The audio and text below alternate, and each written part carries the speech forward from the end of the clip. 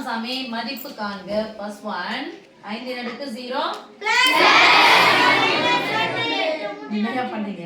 சொல்லுங்க. 5 ன் அடுக்கு 0 5 ன் அடுக்கு 0 6 ன் அடுக்கு -1 இன்டு 3 ன் அடுக்கு +2 செகண்ட் ஒன் 2 ன் அடுக்கு -1 + 3 ன் அடுக்கு -1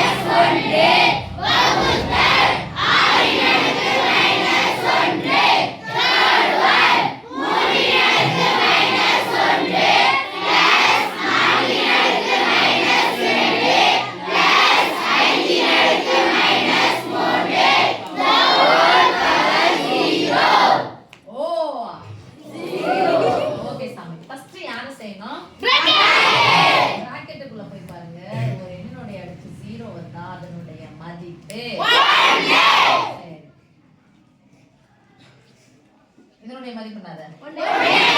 anything power 0 equal to 1. anything power of 0 equal to 1. எவ்வளோ பெரிய நம்பர் கொடுத்து அடுக்கு முட்டன் போட்டாலும் அதனுடைய மதிப்பு என்னது? 1. எவ்வளோ பெரிய நம்பர் கொடுத்து அதனுடைய அடுக்கு முட்டன் போட்டாலும் அதனுடைய மதிப்பு என்னது? 1. முடிஞ்சு ஒரு கணக்கு. சரியா? குரூப் எக்ஸாம்ல அப்படிதான் கேட்பாங்க. ஐயோ இத போடு அல்ல ஹோல் பவர் 0 ன்னு இருக்கு. அவ்வளவுதான். பவர் 0 ன்னு இருந்தாவே அந்த நம்பர் இருந்தாலும் மதிப்பு என்னது இருக்கா? 1. இப்ப பார்க்கலாம். 5 ன் அடுக்கு 0 இன் மதிப்பு 1 + மைனஸ்ல இருந்தா தலைகீழா போடு. மாறினுடைய தலைகீழ் என்னது? அடுக்கு 1 போட்டாலும் 1 இன்டு 3 ன் அடுக்கு 2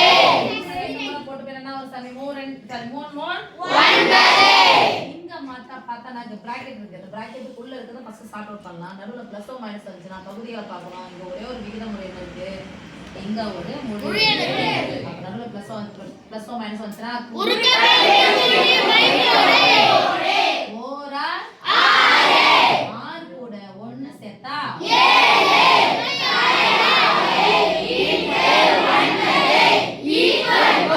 நடுவுல பெருக்கல்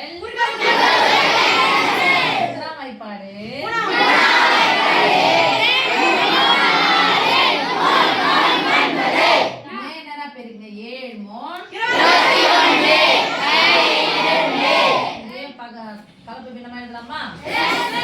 21/2 போட்டாலும் ஓகே. 21 2 ஆல வகுக்கணும். 20ல 21ல எத்தனை 2 இருக்கும்? 20 மீதி 1 1 எதால வகுக்கணும்? 10 + 1 10 + 1 செகண்ட் ஒன் போலாம். ஃபர்ஸ்ட் யாரு செய்யணும்? 2 ன் அடுக்கு -1 அடுக்கு மைனஸ்ல வந்தா தலைகீழா போடணும். அடுக்கு மைனஸ்ல வந்தா தலைகீழா போடணும். 2 னுடைய தலைகீழி 1 அடுக்கு +1 போட வேண்டிய அவசியம் இல்ல.